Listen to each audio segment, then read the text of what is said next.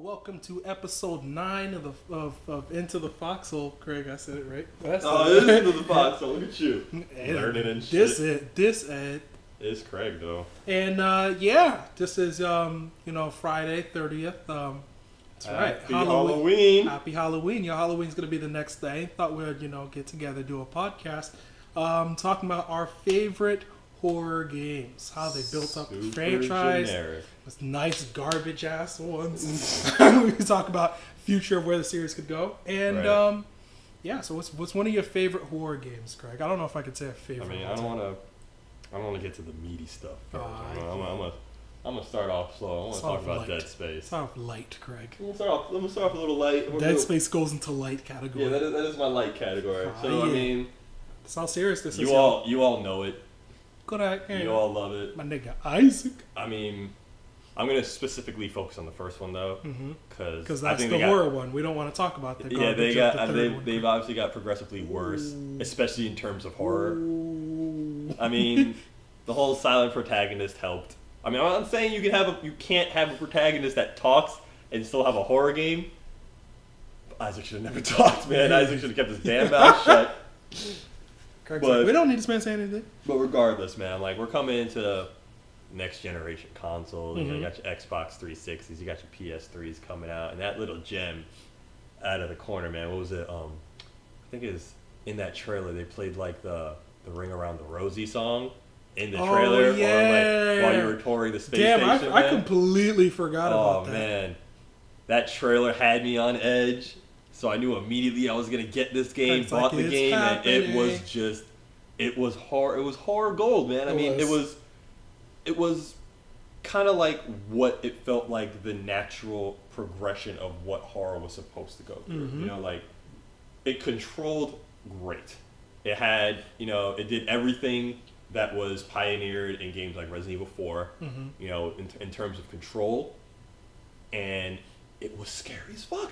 It was a genuinely terrifying game. And especially when you like look at the gameplay, like a big thing to me about horror games that not a lot of companies really hit properly is that your gameplay needs to kind of feed in to the horror. And what Dead Space did in that respect is, at this point, you're fighting off your zombies, you're fighting off all your crazy looking monsters. Necromorphs. What's the first thing you do in all those old horror games? You shoot them in the head. Because that's what you're supposed to do, right? Not in Dead Space. You do not. That's the last place you want to shoot. You do not want to shoot the heads. They keep coming after you. So now you're aiming for limbs, and these guys are freaking crazy. They're moving crazy fast. They're coming after you. It's crazy. They're moving crazy fast. Like all their limbs are freaking moving around all crazy. So like you have to be really strategic, but at the same time, this crazy ass monster's coming after you, and it genuinely scared the shit out of me. Almost feces my pants playing that game. That was great. That was a out of left field, bizarre. Here you are, new IP out of nowhere. And that's one of those titles that shows that, third parties to trust their teams. That team was originally doing handheld games, so they were originally doing it might have been a Barbie game or something. Oh, wow. And on the side, they were working on this engine, and they were working on the first couple bits. How do you transition from that? You go into work one day, all right, 8 o'clock to 12 o'clock, we got to work on Barbie. But then, after lunch, I'm going to come back and I'm going to work on Dead Space for the rest of the day. How do you make that mental transition? Easy. Easy. Barbie pissing you off a little bit, and this is what it is. That's just what it is. So it's those are the inner demons that came out from making that Barbie game. So it's they left that development frustrated, right? And they wanted things dead. So it's EA took a chance on the team and let Visceral essentially make what they wanted. And it paid off greatly because it's like it made its own franchise. That was like a series that everyone was like, godsend. We were like, finally, someone's making a horror game. That's not Capcom. That's not fucking it up. What you're telling me is that this man has weapons and he's fighting things that aren't human and that aren't shooting at you. My God. So it's like I like that they didn't go the zombie approach. And then they had the whole ingenious premise where you're just on this derelict spaceship and you're this engineer who just came in to fix it, and literally every weapon that you had was just engineering tools. That's all you had. All you had were like your plasma cutters that you use to like cut steel and stuff. I love that. Genius premise. I love that. If anything, my only like downside is I wish they were more like engineering. It's like a lot of them. Like, it was like it's supposed to be engineering, but it's like it's really a machine gun. We're calling it that, but it's a machine gun. Yeah. So he's like, here's this nail gun machined. Yeah. It's like here's this soldering tool stuff flamethrower. It's like who's doing? So I like that he morphed his tools of his trade to fit the situation he was in. Yeah, but even then, like in terms of how it even connected with the story too, because I mean, like you played Dead Space already. There's no spoilers here. If so, spoiler alert. God, what the hell is wrong with you? Play Dead Space. But like you're on this ship and like the ship's shut down. You're trying to figure out what the hell happened to it. What the hell happened to its crew? Like that's what the other guys are doing. You're specifically on here for one reason alone. You have to get this ship running again. Pretty much. That is your only job, and that is basically what you do throughout 90% of the game is try to get the ship back running. And to me, that's all you need. That's all you need is you're going through the ship. You don't know what the hell happened. Like all the people are gone. Crazy monsters. You gotta go from one end of the ship to the other. Because, you gotta get the engines running, gotta go to the cockpit, make sure the cockpit, all the shit's working in the cockpit, then you gotta go back here and like left, right, up, down, center, and it's just all over this fucking place. Monsters running around, getting the ship back online, and discovering all the crazy shit that's going on with it. And genius. Genius. I like that they do that. I like that Isaac's character isn't necessarily just, a soldier dude. Yeah. I like that Isaac's character is just a regular dude that is a regular engineer dude that has to get past this. Right.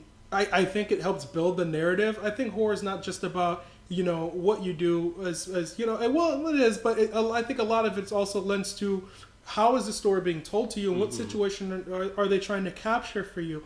If you make a game and you're somebody that is already endowed with these powers, it's not necessarily that scary. I like the premise of this is just an everyday guy in a situation, and he has to deal with the situation with the things that he currently has, which I think makes the situation much more scary. Exactly. Because you're not equipped to do this. Like, you look at any horror classic, that's typically what it's about. I agree. You got the normal dude in a unnatural situation, and how the hell do they deal? That's literally the best horror is what it's about. Yeah, I think lots of the best horrors I think we've played have always been with regular people. Some of my favorite horror titles that I've played, I've never had a protagonist that was essentially proficient at the thing they were doing. Absolutely. Like with Dead Space or like with PT or like with any of those titles where you just play a regular dude dealing with a situation happening. I would actually like to talk about Resident Evil Outbreak. I didn't even think about that idea until we were talking about Dead Space. Right.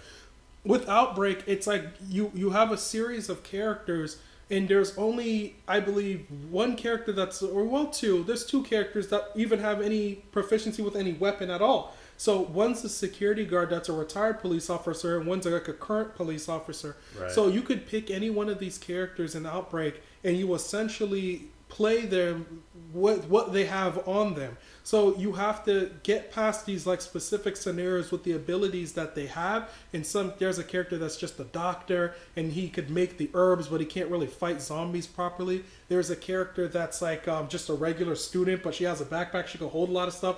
Nice. So I like that. It's this is and mind you, the great thing about this isn't really post-apocalyptic. It's during, which I really like because it's we're showing you this right when it happened in Outbreak. Right. So in Outbreak, they're all in a bar, and this just happens. So now they're dealing with it versus we came in to deal with it. Yeah. So I like the narrative, I would say, in horror games. in which you're seeking to do something to get past a situation you never planned to be in, versus you're a military dude, here's a bunch of weapons to fight a whole bunch of dudes. Investigate that sounds very safe to me. Yes, regardless of your fighting, that sounds extremely safe to me. Absolutely.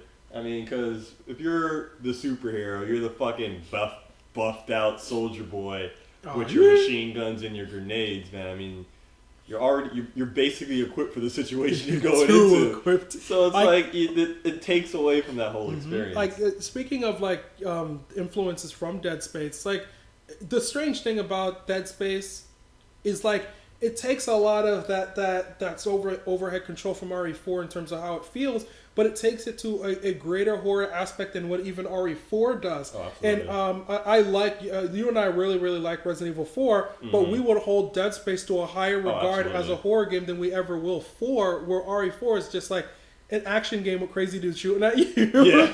There are scary things in this game, but it does not lend to the atmosphere. It is just a bunch of guys of Hispanic descent yelling at you. That is really... Like, they are yelling these things at you. So it's like, I don't know whether to be scared or offended of this. but it's like, Dead Space takes both of those worlds and makes it to say, well, first off, foremost, it is a horror game that has the action elements in an action game that has some horror elements. Absolutely. So you're able to play Dead Space in the dark and get scared as fuck. I think because we are playing something out of body, we're not there in the experience, it's difficult to convey the type of fear that they think they're trying to convey to us. You have to go the extra mile in the game because you have to understand we're not fucking there. Yeah. But if you were to say, we're going to sit there and do some Matrix-ass shit, put you in sleep, brain implants, and then you feel like you're physically there, that situation might be scary. I think that situation might be just as scary because it's something that could happen to any one of us. Any one of us could go to some foreign country where a bunch of crazy people start doing this shit to us. So I feel like, and mind you, that doesn't even need to be a horror premise, all right? Because these boys were just trying to kill him. That could be anywhere in the world where some crazy people do that to you. So to make my point, you have to go the extra mile with the game to convey that understanding. You have to exaggerate it to convey that understanding because in real life, you know, we're going to get scared of any motherfucking normal thing. This is just the truth. I'm going to lean this into like the next segue. Use a bitch. You're a bitch. Stop being a bitch. but I would like to use as an example. Have you seen Insidious? No. I don't want to spoil it for you. I need to see but it is an amazing series. Everyone tells me that. It's very good. Everyone tells me that. It does amazing things with like meta-diegetic sound in terms of sound the audience hears that the person doesn't hear, or sound being projected that's happening in the actual movie that the main character is unaware of. So there are scenes where there's stuff happening and they're not trying to scare the audience with jump scares, where the thing that's making you scared is something that's out of place. So there's a scene in the film in which the main character is walking outside, and from the corner of your eye, you see in the window that, you know, the music has changed. You hear the music has changed inside, and there's this dark figure dancing. The fright that you get from it isn't necessarily that, oh, you got a jump scare or it's something that's, you know, scary. It's essentially something that's not supposed to be there. Right. Now, if you were to come home, Craig, and something was out of place, something was moved somewhere, and you turned around and something was not supposed to be where it was, you would be frightened. Absolutely. In any game, someone may not even notice that, but you are objectively there. You live in this world. Yeah. Something that you know factually should not be there, being there will frighten you. Absolutely. The next game I'd like to talk about does as well is PT. PT does this well simply because you get used to being in this world. Yeah. You get used to it enough. You go to the same place over and over again and you expect a certain thing. You expect something to be there. So when you go and turn around and something's there that should not be there, of course you're going to worry. Of course you're going to be like, wow, what the fuck is this?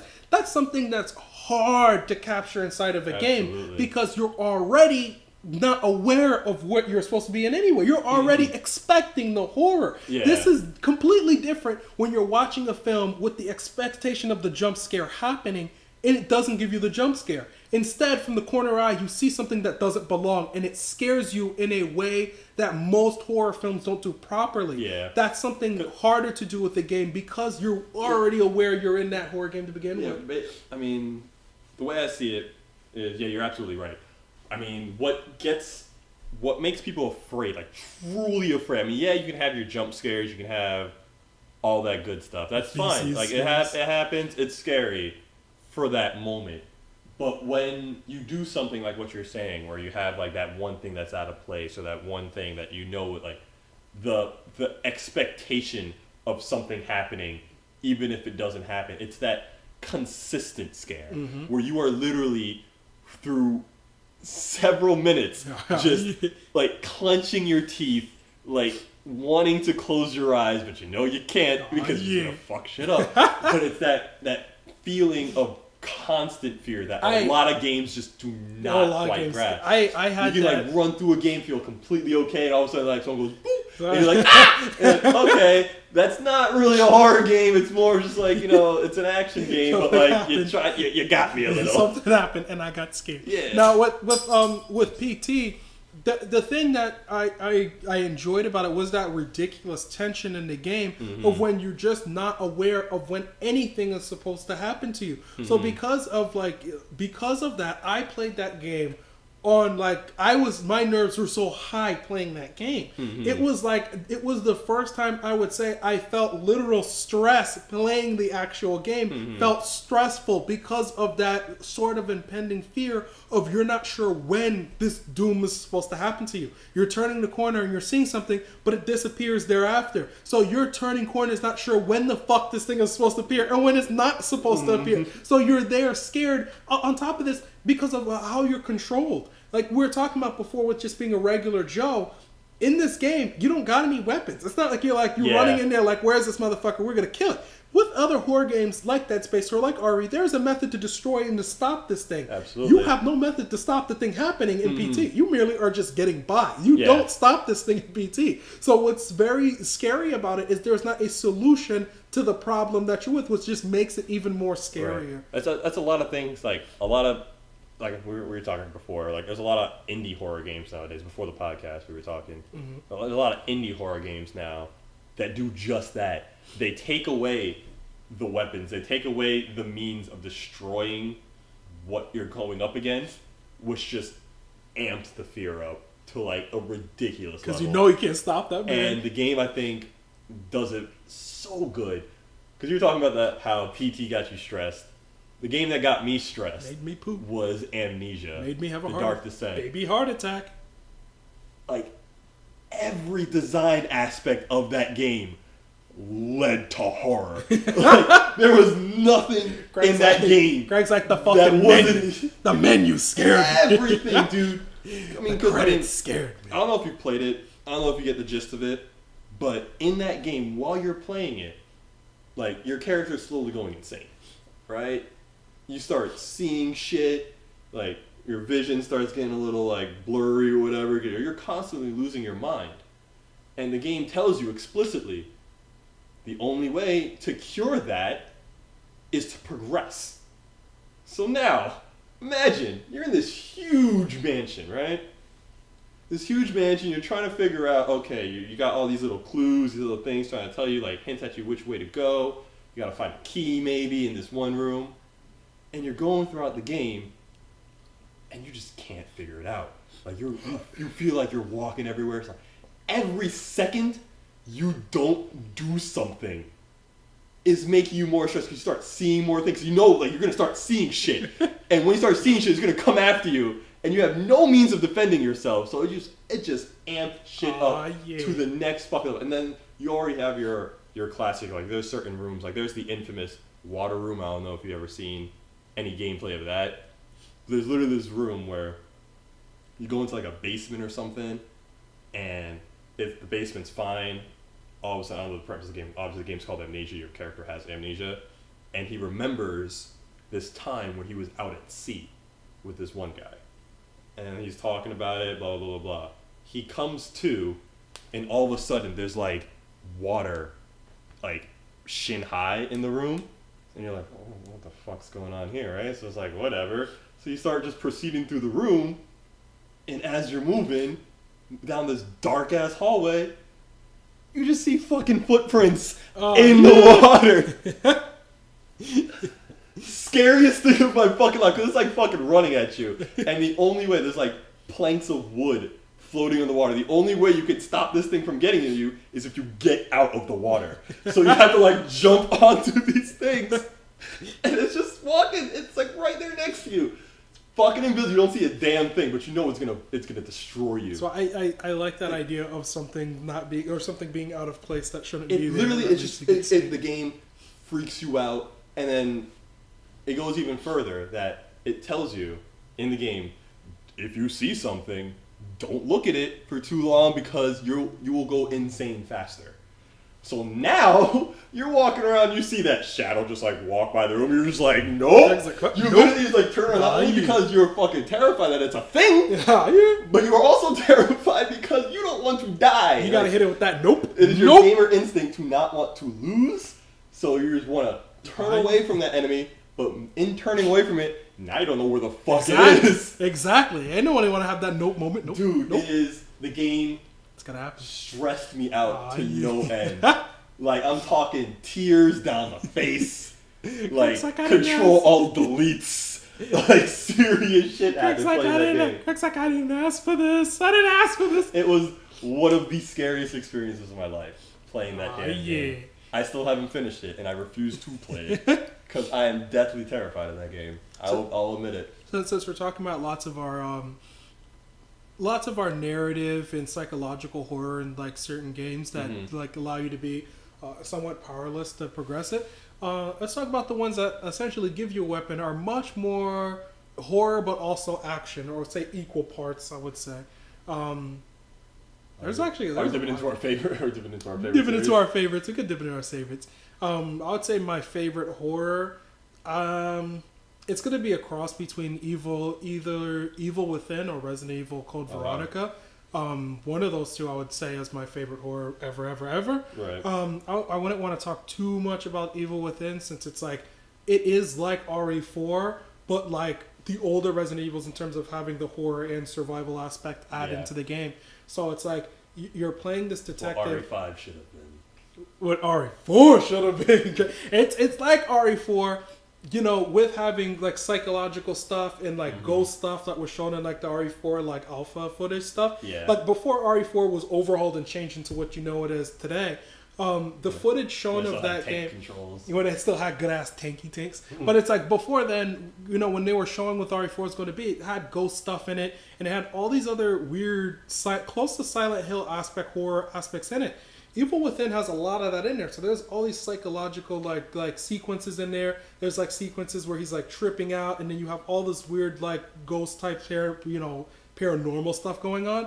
On top of still having you still got a dude coming after you that you could still attack and shoot and kill all these other people with. Right. So but Code Veronica more so in terms of it having the narrative of these twins that are basically own this mansion, and it telling you the story of the entire RE series pretty much. So it's telling you the story of the existence of the company that basically made, you know, the drug that pretty much makes zombies in the series. So it's one of these games where you don't need to know the rest of the series to really enjoy the game by itself. You could play Code Veronica by itself and not really know the series and still love it. So it's like having the horror aspect of attacking the zombies that are coming after you, and there's still zombies in this actual game. So and also having the aspect of you have this really cool twist and turns plot narrative thing going on with these twins is very interesting. So while you're in the mansion, reading all the files and going through all the cutscenes with like Alexia's brother Alfred, all the scenes you go with him in, it's just like really twists and turns. And I'm gonna spoil the series for anybody who hasn't played this shit, because I don't give a fuck. Probably should have played this. It's old. You're allowed. There's a cutoff thing. There has to be exactly. There is a cutoff. And if you are a fan of the RECs, I know it's one of the REs not a lot of people played. You have to play this bitch. All right. So I'm just gonna say right now, for the next several fucking minutes, if you don't want to hear this, you better just fucking mute this shit or something. You better put that timestamp in. It's being spoiled right now. Because this shit's getting spoiled. So, Yeah, so right now, pause, bitch. So basically, Alfred's character is basically pretending to be Alexia. So you assume that you're seeing both of them, and you get this footage that shows you both Alexia and Alfred when they're younger. So even if you got a thought that maybe he's pretending to be her, it was reassured that she's a real person through this footage. Yeah. So as you see the footage, you're just like, let me just get that out of my mind. So you get to a scene in which it's showing them like dissecting like some like dragonfly or some shit. Oh yeah, it's like dissecting some dragonfly. They got this creepy like look in their face and has all this Victorian like there's always that one like insect that they focus really heavy on in the Resident Evil game. They're like Zero was like the leeches. Oh yeah, it was. Like, here's this dragonfly with dissecting really creepily. He's just like, all right, while I'm playing this, like, this old Victorian music, you kids sit here dissecting this dragonfly and gazing into each other's eyes while I'm doing it. So apparently, who was filming this shit? But through the rest of the story, you figure out like why exactly he's doing this, and that they experimented on his sister, and that she really is real. He just had this psychotic breakdown and essentially pretended to be both of them. So I like that the art direction of the mansion lends to the whole Victorian type of horror. The weird like incest and very weird psycho. Yes, the weird like relationship between him and his sister, and all the like the stuff between them is just as creepy and weird. So you sort of get like the Shining feeling. You sort of get lots of horror type of feelings from this game. Of course, like Psycho, just like it's like the it's like Psycho, because of him pretending to be his mother for the period of years. So I like everything they do with Code Veronica that like the other series steps away from. Narrative wise, I think it's the best story in the Resident Evil series. Absolutely. It's one of my. I completely agree. It's like I would say it's one of my top 5 favorite horror games of all time in terms of just the story, the structure, and all the cool horror things that did happen in that actual game. Absolutely, I would have to agree with you there. That game was, even though I've never played it myself, I've watched several. Like I've watched you guys play through that game so many times. So good. Yeah, that game is something else. That game is something good. But there's lots of good. There's lots of good actionies. Like if have you played Fear?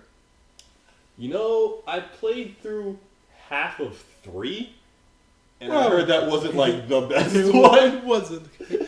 There's also Fear's also a weird series where it does have like moments with like almost character where it's like I heard she goes through some weird shit. Yeah, so it's she like does so weird. Like RE, like a lot of Fear is told through those files. Right. So as you're playing through the game, you get like these files where they tell you about the experience and why they happened.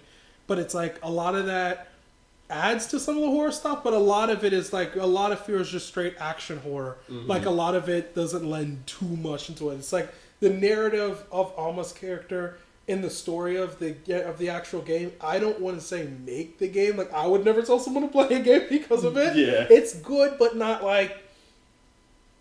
good enough for you to warrant an entire playthrough to play to hear the story. It adds nicely to the horror first person shooter you play in terms of actiony stuff, because it's more action than anything really horror in terms of gameplay stuff. Right. Where like Doom is like Doom 3 is everything. Doom has the horror stuff. They have like where you don't really have as much ammo, and they still have the whole Hell on Mars type thing going on. It has everything that sort of adds to that understanding of it. True that. Like I said, I haven't really played. I've heard good things about the first one anyway. Like when it was coming out in those days. But I never actually touched it myself. I was like, no fucks. I mean, because to be honest, I was never really a huge horror person. I didn't really play most of these games. Like I'm gonna tell you right now, like I never touched the Silent Hill series. Love that series. Oh my god. Oh my god. Never touched the Silent Hill series. God. Silent Hill is like. It's like RE, with a better story. No, it has like a really cool story, and like all the Silent Hills I think have amazing stories. And you played 4? I have not played 4. I've played like Silent Hill 1, 2, and 3. I have not played 4. Gotcha. I have not even played anything past 4, with the exception if we want to even play PT in the Silent Hill range, which I don't know if I want to, because not even like it deserves to be its own separate thing. Yeah, because not even its creators like see it as like anything that there's new Silent Hills was even going to be. I still like the premise of them going towards that, because Silent Hill does have sort of like apparition ghost type things where it's like you weren't really sure if you're seeing a person or like a ghost thing.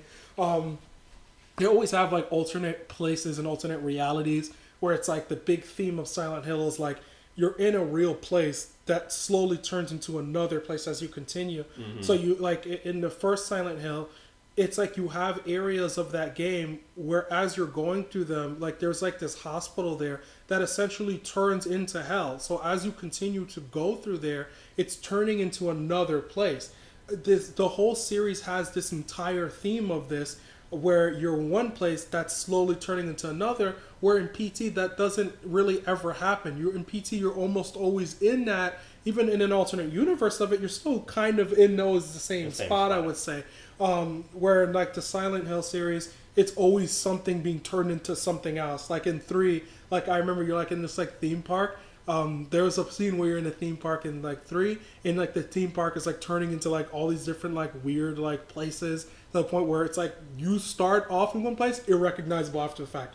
That's what I really like psychologically about it anyway. But a lot of it is really about its puzzles. It's you have to get out of wherever you're at, and you have to have these large room puzzles to say, now that I got this key and now that I got this, I gotta do this puzzle to get out of whatever while facing some combat parts. But most of the people in Silent Hills were never really well equipped. They were always just regular Joes in a situation. Like, you always seem to be swinging something. Yes, they've never been. You always had like a 2x4 that would eventually break or some nonsense. Yeah, so that's how the series sort of lend itself. So it's an amazing horror series. If anybody would want to if you would want to check it out, it's a really good one. True. Would you want to say anything about Eternal Darkness, Greg? I know. I mean, like that series. Eternal Darkness is hard to talk about. Garbage Jacket. Fuck you. It was that game. It scared you differently. It wasn't necessarily like it was very Resident Evil-esque in the fact that like the way it controlled in the gameplay almost, but the way that game scared you is that it messed with you as a person and not necessarily as a character in this world.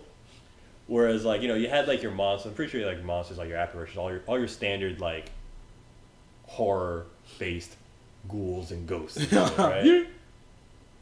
But while you're playing, like say you got this thing coming at you, you got your gun, you're aiming your gun at it, all of a sudden your TV would just shut off. And you're just like, wait, like what's going on? Like what the fuck? Like you're checking all your shit, making sure like you're searching for your remote. You're turning back to your little brother. Like what the fuck, man? Why'd you step on the remote? Like, but no, man, the game literally just like shuts itself off, or it looks like it shuts itself off. Or you go and try to like save your game, and it's like, oh, your file got corrupted and shit. Like the game would like straight up lie to you and fuck with your mind as a gamer. It's like, very funny. And yeah, it was extreme. Like it was clever in that sense. Like it was also it was a scary game, and like to me it's underappreciated. Like I'm not saying it's a classic, like it's one of the best games ever, but like it's underappreciated. It had its really clever moments and how it scared you, and I think it's worth checking out. Its problem was it was like a GameCube exclusive, and like the GameCube was the GameCube. It was like it was just very for a period aside, of time. For a period of time, it was horror central. Exactly. When Capcom made the really, really financial horrible decision to say, let's make all our Resident Evil games only on this platform, it was a bad decision. Those games though were fantastic. They were fantastic. The GameCube at its period in time, literally, I would say right now, officially, up until February of next year, the GameCube for a period of time exclusively have some of the top horror games ever. Because Resident Evil 0 is now going to be finally ported somewhere else. So really? Yes. So Resident Evil 0 Remastered is going to be happening. It's going to be ported to PlayStation 4, PlayStation 3. It's pretty much all the same 5 platforms that the remastered it. Even stranger about this is that it's not coming to the Wii U. Their reasoning on why it's not coming to the Wii U is very clear. It's because financially, the platform's not doing so well. Right. It's ironic that the GameCube wasn't doing so well, and they released it, and this is initially the birth of this game. Because they learned. Ironically, yes, and they learned. They learned. The Capcom was like, oh, we can't do that. We can't do all that. We're talking about some of these titles, and it's like a lot of these titles in GameCube that are now being remastered and brought elsewhere will get to be experienced by others to see how great these titles were. Right. Even when I replayed Resident Evil, like the remaster, which I really love that title too. Not as much as Code Veronica, but still like it.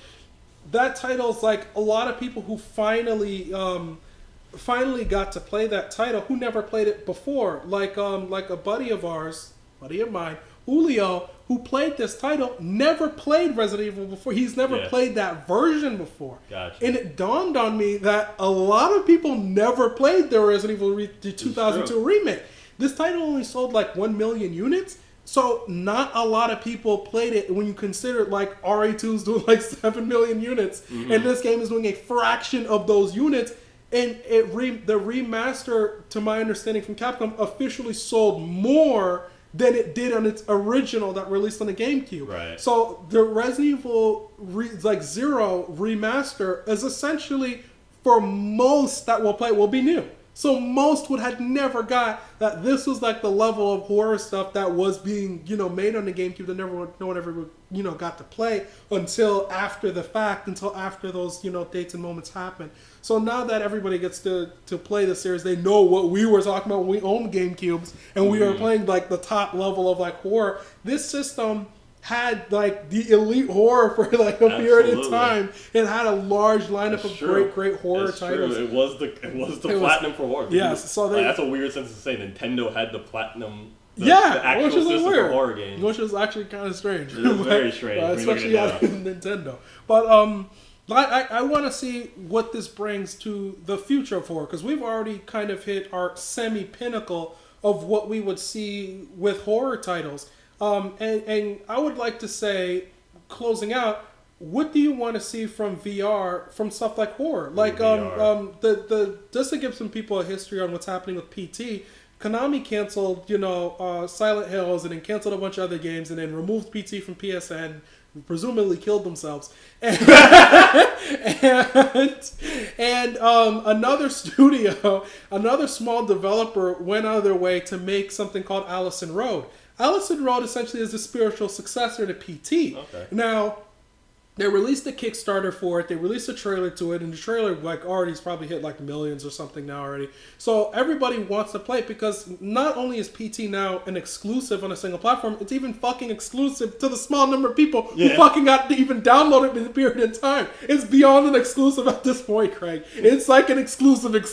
You can you can bump up your used copy of a PS4. By like $100 because you have that. That's actually very true. If you mark that you have it, you good bargain for someone for more for it. Now, so Allison Road's coming out, and something recently was stated, because we know it was going to support the Oculus Rift just by default of already being on PC. Everybody already supporting it. Right. They stated that because this title is coming to PlayStation 4, they state that that VR might be happening with it.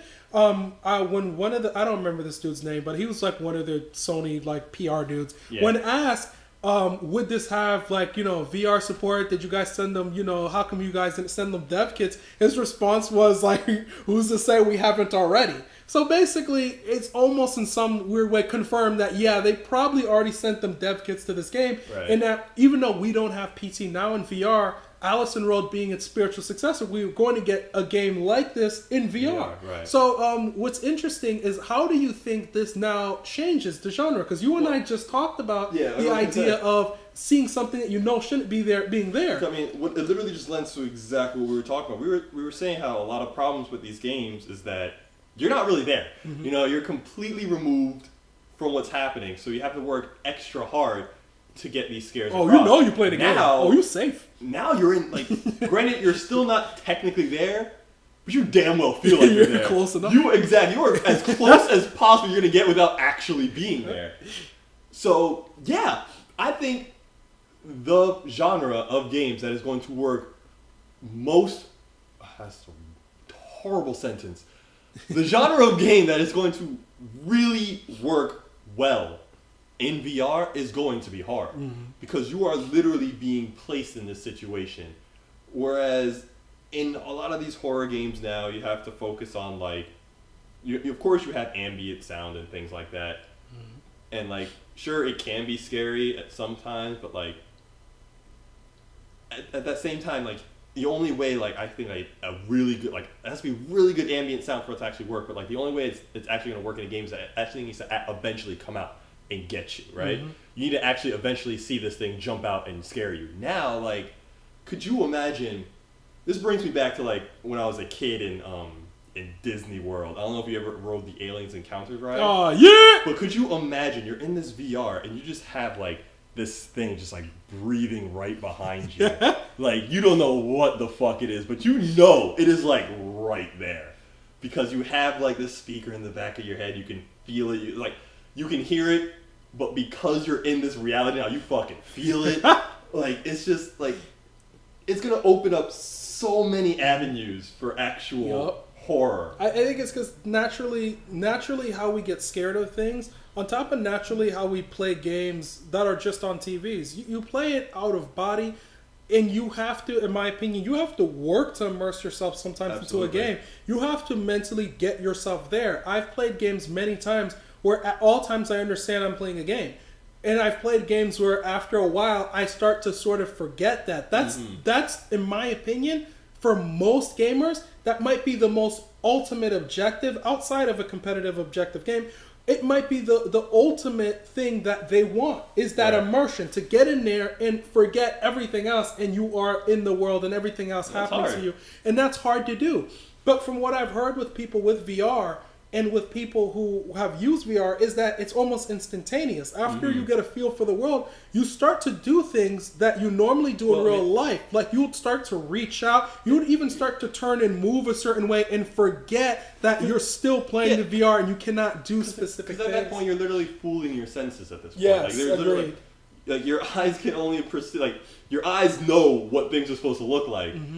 So, I mean, I can see the TV, but I can also see the wall behind it. So I already know that this isn't happening here. Correct, so we safe. We safe. I mean, exactly. I know I'm safe because I can immediately, I can look to the left and I see my house and I know exactly where I am. Now, you're like, babe, when you're encompassed in a 3D environment that completely surrounds you, I look to my left, I'm still in this room.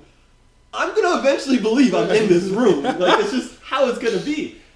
And that's terrifying. Craig's like, got scared here. So like, I think it's we've all seen that. We've all seen those videos where like that guy's like demoing the thing, and he's like on like the roller coaster ride, and he goes down. He literally just like falls over because your body just can't handle that, man. Like you feel like you're going. I believe after a while, your brain gets to that point where your body begins to respond in a way that it believes it should respond with things happening in front of it. So now when you add fear into that equation, Craig's like, oh, pants got tight. Dude. People getting scared. Dude, I got scared from a couple splashes in the water on like a 5-year-old game, man. If I'm in the real world, Craig's like, game. the fucking sink is gonna turn out and be like, nope, done. Nope. But in a situation like this, I mean, I think it's cool that we have the genre progressing, and in indies, in the broader business sense, being able to now make their games much more different on a platform they never were able to make that different. Right. So now it's like every person who is that smaller developer could deliver a type of experience that even the top developers who work in the genre cannot do. The thing that's crazy about horror is that it literally is a free-for-all of development. In that, yeah, you have the top dogs, which were Konami. Fuck those niggas. You have the top dogs that were there, and such passion. And then you have Capcom, used to be top dogs. All right, still slightly fuck those niggas. They trying to get their shit together. They try. They trying to break down a band in rehab. They're in rehab, so I'm gonna try to keep their spirits up. But it's a free for all in terms of anybody could go. 1 minute we had, just Aria's, bottom line king of, third person shooting shit in the dark. All of a sudden, here comes Dead Space, and now everybody's like, goddamn, fuck it, Visceral, leave it alone, fucking give us another Dead Space. Everybody wants Dead Space 4. Even in light of Visceral, Visceral's working on a Star Wars game with Amy Hennig, the person who wrote like the Uncharted stuff, along with Jade Raymond, who did like the Assassin's Creed junk. So they're all working at Visceral, essentially making what's going to be this other big Star Wars-y game. But people are still, they don't even care. They don't even care that these mashups of these two amazing IPs are together. They don't even care, Craig. They want Dead Space 4. So at any moment, anytime, somebody could come out of left field and be like, we're top dogs now. Here's our idea for immersion. Here's our thing with horror. And run with it. It's happened with PT, and Silent Hill was in the dumps. Absolutely. So in the dumps and for out a of good long time. We're talking about generations, my nigga. Oh, it's good. Silent Hill came out 2004, people. So it's like they were in the dumps for a long time. Here comes PT out of left field, and everybody's losing their minds, and this is really amazing. So it goes to show you that any developer who has a great concept can really make a good horror simply because it's weird. Unlike other genres that are steeped in physically what you do, like racing game, fighting game, first-person shooters. All these things they have to do a specific mechanic really well. Mm-hmm. Horror is one of these IPs one of these genres that's so strange that you're left with a lot more to work with to convey your fear. So you don't really have all titles that all fall along the same thing. So you might have something like Amnesia where you're doing a lot of gamey things in terms of don't look at this guy to get past here, or do this specific thing to get past this part. Don't go insane. And then you have titles like Until Dawn where you have all these characters and you basically play it like a Telltale game, but you're still getting scared and you still have to make these quick action decisions or you die. And it's completely different. So you're having these companies that you might have never even heard of the fucking company the day before that's now being put up there with the top developers. Mm-hmm. And before they were doing this, they were making ports. Exactly. So it's like it goes to show you that this is one of these IPs, one of these genres that with VR, a lot of developers could get their ideas out there for horror without necessarily having to be the top dog in the game to get it done. So I'm really excited about what VR will bring to horror because I'm no longer relied on, man, I hope Capcom does this or I hope this company does this or Konami. It doesn't even matter. We're now saying anybody make the damn shit happen because we know anybody could make it happen now. It's no longer a if. It's no longer that because of what horror is in terms of the theme itself. It doesn't necessarily matter how it feels. It's essentially about we're here to scare you and give you a scary narrative in a scary situation.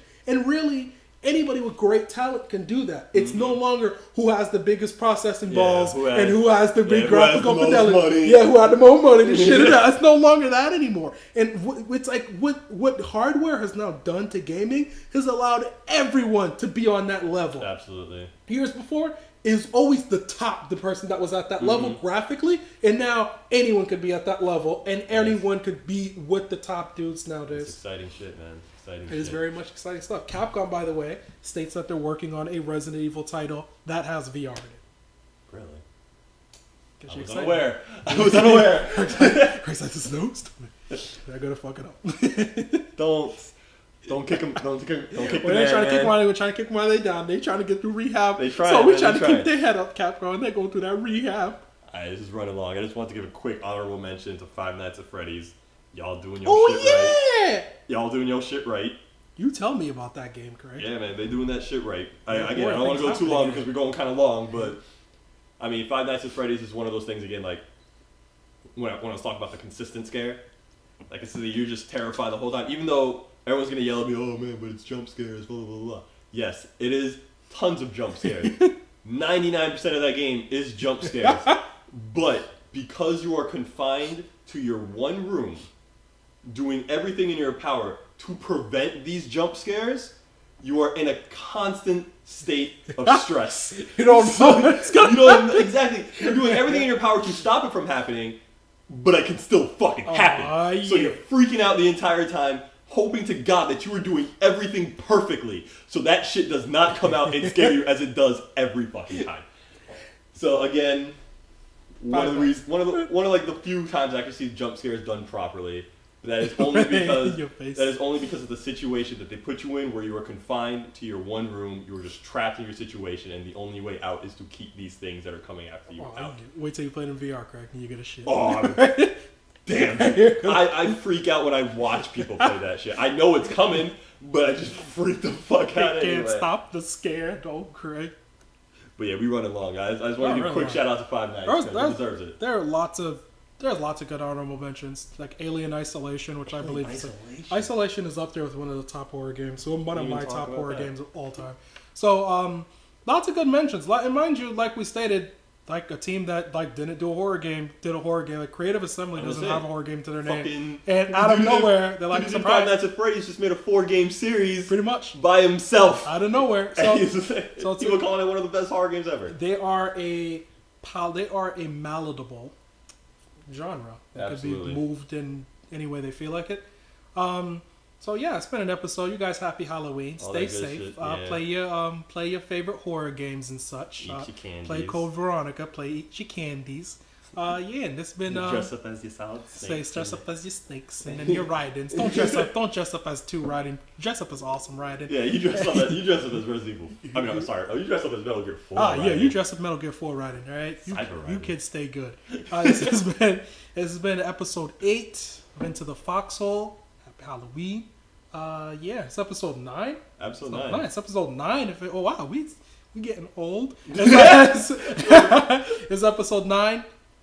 Into the Foxhole. We're going to see now. Peace.